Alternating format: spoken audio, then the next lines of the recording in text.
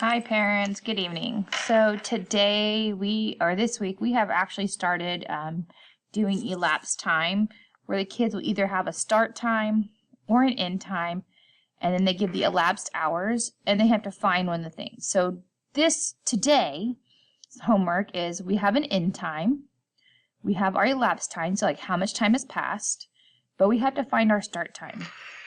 We have them use like a T-chart or a number line. So in order for me to show you, I'm going to do it on scratch paper because I feel like this table is really small and the kids try to cram it in. But I've asked them to put it on the back of the paper or scratch paper if they would like. So I'm going to start with our table. With our table, we have them put the time, so T is time, and then H or M for hours or minutes. Now since we have our end time, I have them start at the bottom. This is where our start time goes. This is where our end time goes. I have them start at the bottom. So we're going to put 4:15. The reason why we have them do this is because on a clock we work backwards. So here we're going to work backwards and see the time decrease. So 4:15, I had to subtract 2 hours and 33 minutes. So we're going to subtract 2 hours, so minus 2 hours. When I subtract 2 hours from here, I now have 2:15. So from here, now I'm going to go into my minutes. So I'm going to start with my tens. I'm going to subtract 10 at a time. So minus 10 minutes. If I subtract 10 minutes, that gives me 2:05. I still have to go further, so I'm going to subtract 10 more minutes. So when I subtract 10 more minutes, I'm moving into the previous hour, so 1:55. I still have to go one more 10, so minus 10 minutes. When I subtract 10 minutes from 1:55, I now have 1:45, and now I just have 3 minutes to go. So subtract 3 minutes from 45 from here. And I'm left with 1:42, and 1:42 will be our start time. So what time did the event start? Was 1:42. We also had them use the number line.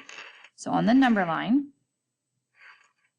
I've been teaching them to do like a horizontal number line or a vertical. They can choose which one they want. I'm going to go this way. This again is my start time. This is my end time. Okay, we have them start here because we're going that way. When we move that way, we subtract. So 4:15. And I don't care how they subtract this as long as they do it. I've just asked them to make sure that they're pacing themselves and not trying to subtract too much time at once, because then we start making mistakes. So minus 2 hours. If I subtract 2 hours, I'm stuck with 2:15. Then I subtract 10. Subtract 10, I'm left with 2:05. I subtract 10 more. I'm left with 1:55. I subtract 10 more. I'm at 1:45. Then I subtract my 3.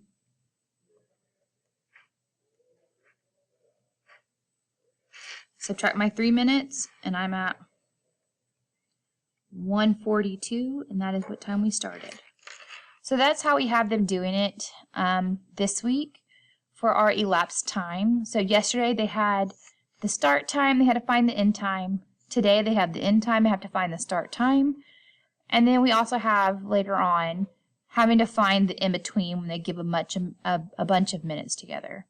So I hope that helped you tonight with tonight's homework in case your kiddos are struggling. If you have any questions, let me know.